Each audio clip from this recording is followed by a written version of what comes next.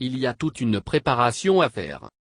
Le COJEP, le parti politique de Charles Blé Goudet a donné de la voix, 24 heures après la levée des restrictions qui limitaient les actions de son chef à La Haye. Cette formation qui rencontrait la presse à son nouveau siège de Cocody-en-Brie n'a pas dissimulé sa joie devant la nouvelle donne. Elle a salué la mobilisation permanente des démocrates et patriotes africains ainsi que la presse nationale et internationale qui auront battu le pavé 10 ans durant. Pour Dr Saraka, la libération de Babo et Blé ne doit pas être appréhendée comme la victoire d'un clan sur un autre, estimant que nous avons une nation à construire et non des clans à développer. Selon lui, ce nouvel acquis pour son camp doit être saisi comme une opportunité par le gouvernement pour faire aboutir plus que jamais le chantier de la réconciliation nationale et de la paix laissé en friche. La Côte d'Ivoire sait se retrouver dans le dialogue, s'est-il convaincu faisant un clin d'œil au pouvoir d'Alassane Ouattara.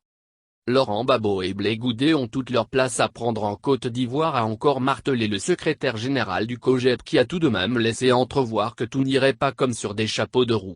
Charles Blé Goudet et le président Gbagbo ne viendront pas comme ça.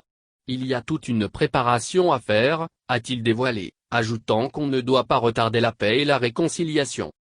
Dr Saraka, qui était accompagné de Martial Yavo, un autre responsable du parti, a insisté sur la nécessité d'un dialogue inclusif entre le pouvoir et l'opposition afin que soient levés les obstacles juridiques et politiques au retour des deux personnalités dans leur pays. Nous ne devons jamais ramer à contre-courant de la vision politique de nos deux leaders. Rien ne doit être fait pour porter un autre coup à la paix, a fait valoir le bras droit de Blé Goudet, qui mise sur un dialogue entre les parties ivoiriennes.